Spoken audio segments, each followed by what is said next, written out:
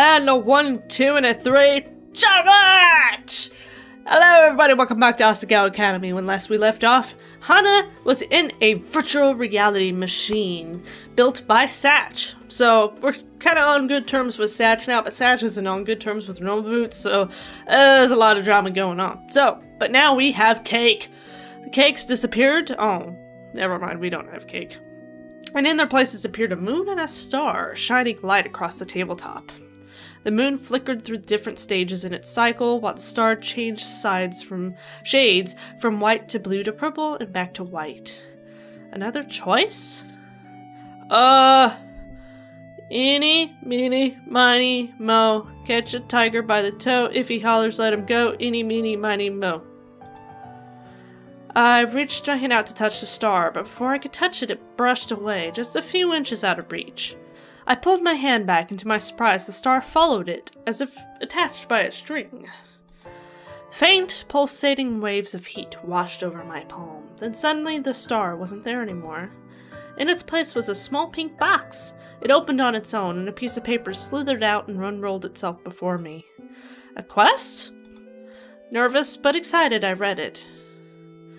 You are a person who appreciates your physical reality. While you try to remain constant and stable in your everyday life, you have many faces. You are drawn toward the mysterious, the beautiful, the things you cannot understand. Part of you wants to figure them out, the other part wants them to stay unknowable. Be at peace. Some things you will know, but many more you will not, and will never discover. Accept things the way they are, instead of trying to make them perfect. A fortune? The room disappeared and I was left in darkness. A rushing filled my ears, and then I felt a familiar softness around my arms and smelled cinnamon in the air. I was back at Asagao. I pulled off the helmet and gasped for air. I felt like I was gone for days. It worked! It worked perfectly! I watched him dance around the room as I caught my breath. What? Thank you so much for your help, Hana. Now, come on, it's late. I'll walk you back to your room. What just happened? Well... It was a test scenario. I just had you run through it real quick, and it worked. I'm so happy. I still didn't understand what he was talking about, but suddenly we were in front of my room. I had no idea how we got there, let alone how fast. Was I really all right? You might feel a bit weird for a while, but it'll go away in a few minutes. I hope you're right. I reached for the doorknob. The coolness in the metal against my palm seemed to pull my senses together, until they almost clicked in my mind. I felt much better. Hey. Oh, Hana. Satch had his hand in his pocket, looking at me casually. Too casually. You still practicing for the tournament? I thought I wasn't involved in it anymore, in the light of the circumstances. Satch nodded. Well, I think you should keep practicing. Really? Really? You think? They're being a little obstinate right now, but they'll come around. Trust me, they're great guys, and they're your friends. My friends? Really? I didn't say anything, but I couldn't hold back a bitter chuckle. I can't blame you for feeling that way, but... Well, just keep practicing. If nothing else, you can count on me. Thanks, Satch. I'm glad. I believe I can. Thank you. Satch beamed at me and scratched the back of his neck. Be good. Anyway, it's late enough. I'll see you later, Hana. See you later. Good night. Satch left down the hallway, and I turned the knob and headed inside my room. Hey, I'm back.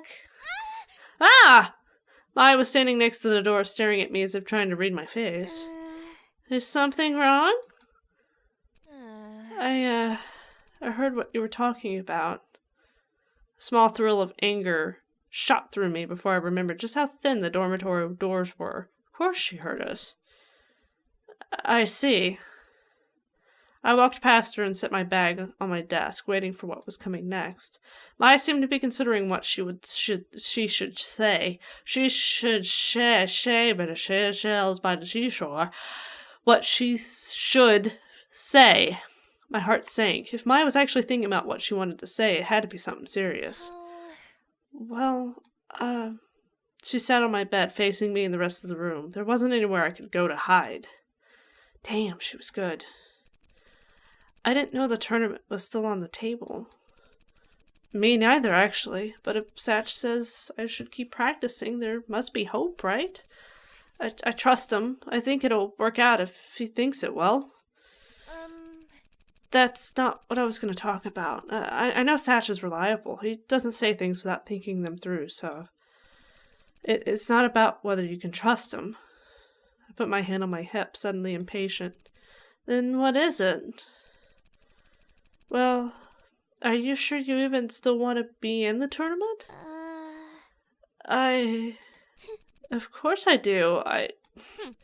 Those boys have been treating you horribly. I know you were so happy when you had the chance to join the club and make friends with them. Heck, I was happy for you. We were both excited. We truly thought they were or could be our friends. But they weren't. They aren't. Friends don't treat friends like this. Is it worth all the effort of practicing and preparing for the tournament? It is if you're playing video games. Period. I don't care. It's playing video game time. Are you sure you want to do it? And would it be just for fun or for them? I'm not trying to say they're not good people or that you shouldn't if you want to. I just want you to think this through. I don't like seeing people take advantage of my friends. People I care about. Take advantage? Were they taking advantage of me?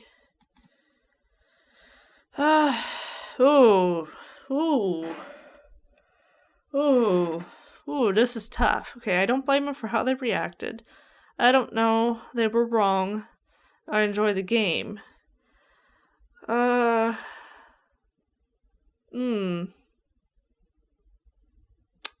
don't know. That's a legitimate answer. I do not know. Because I see both sides of it. I don't know. I want to say I do still want to help them. Regardless of what they think of me, they were my friends. But I can't. I'm angry. I trusted them, and they didn't seem to deserve that. Mike came over and hugged me. No, they didn't, but that doesn't mean you're a bad person. If anything, the fact that you want to do the right thing means you're a good one. Way better than them, anyways. It's good that you feel that way. You got some self-preservation in you, after all. I think I'll keep going. I liked playing the game, after all. I'm starting to really warm up to the idea of competing, too. Turns out I like games way more than I thought I did, so I'm glad I got the chance to play them more. Really? That's great! Even if they don't let you play, you can form our own team, the Roasting Pirouettes. What? Why? I said I got your back, didn't I? You're the best.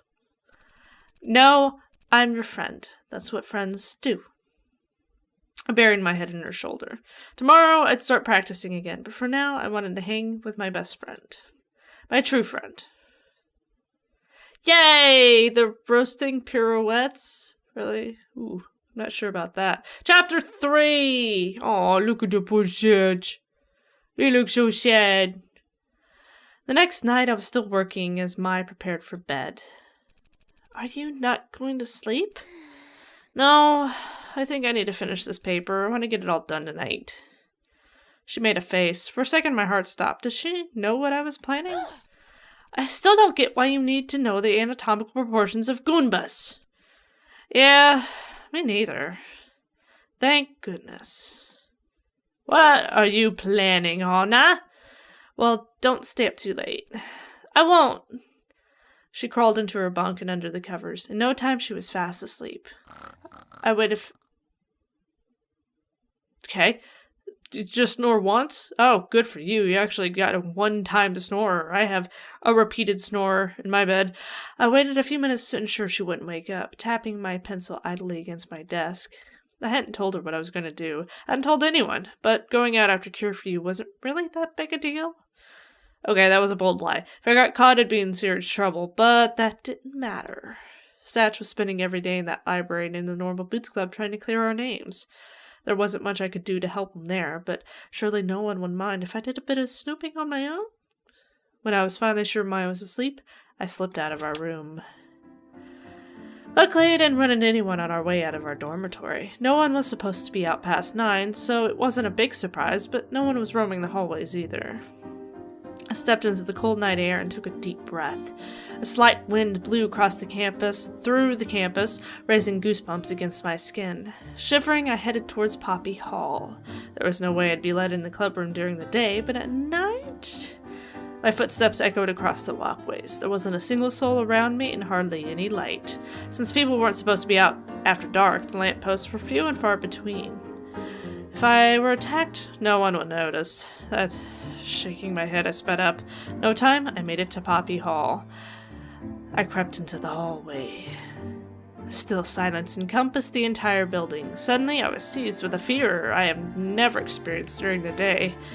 It was so quiet, so still, so empty.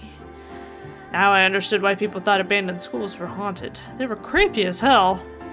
I crept around the corner, past the science lab, and to the back of the building. The Normal Boots Club room should be right here. Crap, no! It was locked. Stupid, stupid! Of course it would be locked. There's stuff in there people could steal. Of course a teacher would lock it. Now what? Must I go back empty-handed? Stupid Hana. Should have prepared for this. I heard a noise in the distance and my heart stopped. Footsteps. That we're going to have to figure out who's behind them next time. I hope you guys are enjoying the series. Like, comment, subscribe, let me know what you think. And as always, I'm TC Robson. Stay obsessed. I don't know why I'm whispering, but I feel like it's a time to warrant whispering. Yay.